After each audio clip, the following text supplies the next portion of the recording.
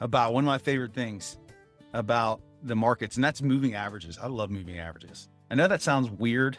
You're like, this dude's a nerd, but I love moving averages, and I'll talk to you about why here in a second, but they're powerful.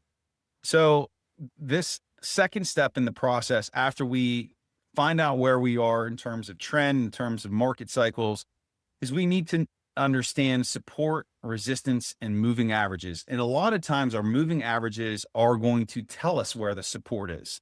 Support being where a stock typically bounces after dropping lower, and resistance being where a stock stops moving to the upside. So when you hit a resistance point, typically the stock will reject, chop sideways, or fall lower.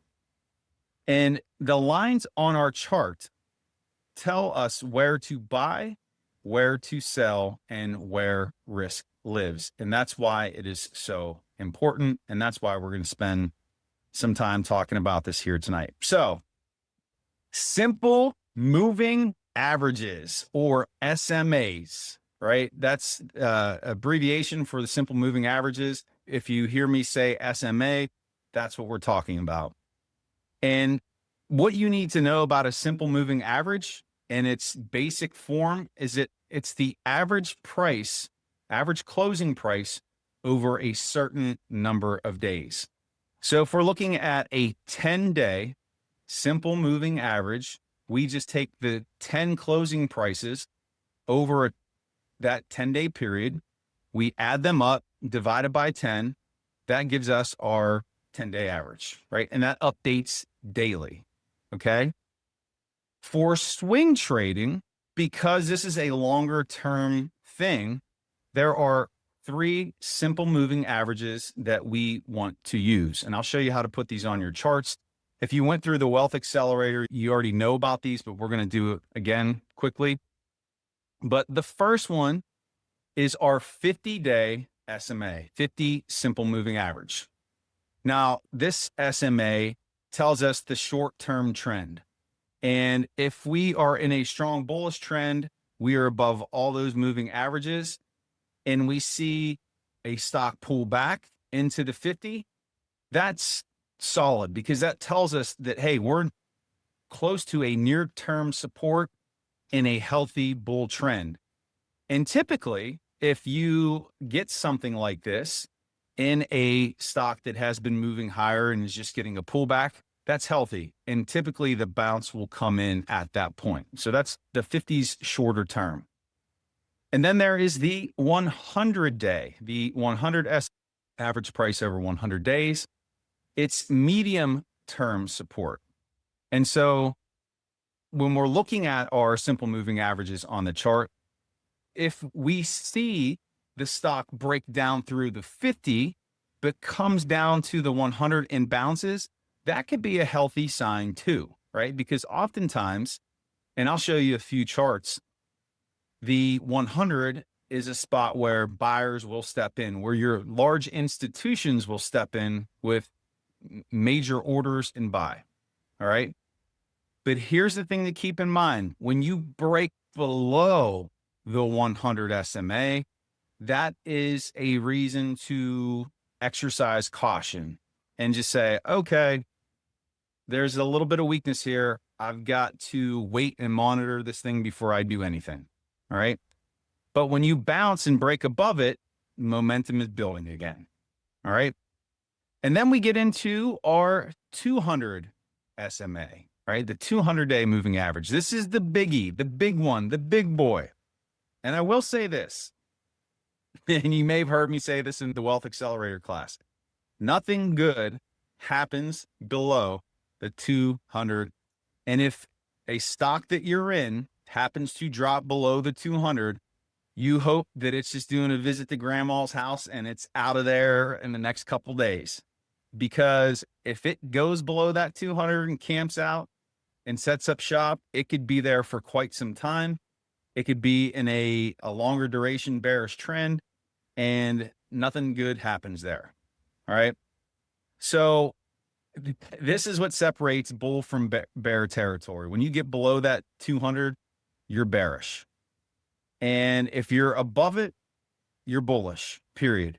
And really, the best indicator is if you're above all three, you're in a strong bullish 10. But know that the 200, we could look at any chart, and you could do this on your own.